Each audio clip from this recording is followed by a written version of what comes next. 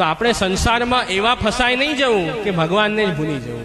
લોક સંસારના કામ બધા કરવા, પણ પ્રભુને ભૂલીને કોઈ કામ ન કરવું. પ્રભુની સેવા, પ્રભુનું સ્મરણ એ તો હંમેશા કાયમ ચાલવું જોઈએ. એમાંથી મન આપણું હટવું ન જોઈએ.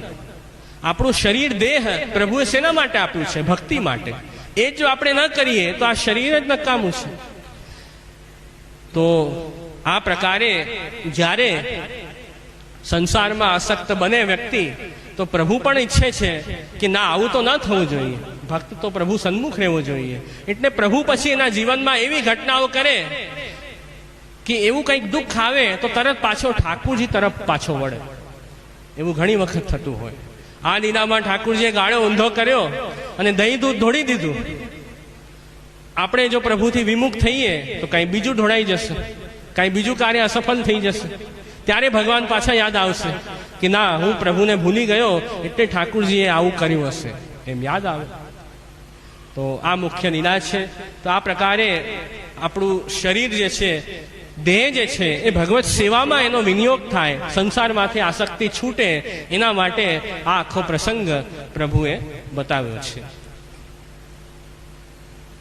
તો સંસાર એવું જ છે કે જે સંસાર પ્રભુના સ્વરૂપનું અજ્ઞાન કરાવે, એને જ સંસાર કહેવાય. સંસારમાં પડવાથી માણસ પોતાને ભૂલી જાય કે હું ભગવાનનો દાસ છું, ભગવાનનો સેવક છું, ભૂલી જાય. પ્રભુ મારા સ્વામી છે એ પણ ભૂલી જાય. ખાલી સંસાર યાદ રહે, હું અને મારું. સંસાર એટલે શું?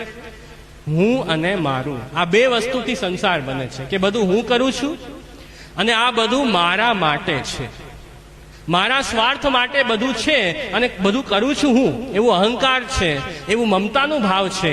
અહંતા અને મમતા, એનાથી જ સંસાર બને છે અને એનાથી જ ભગવાન ભૂલાઈ જાય છે.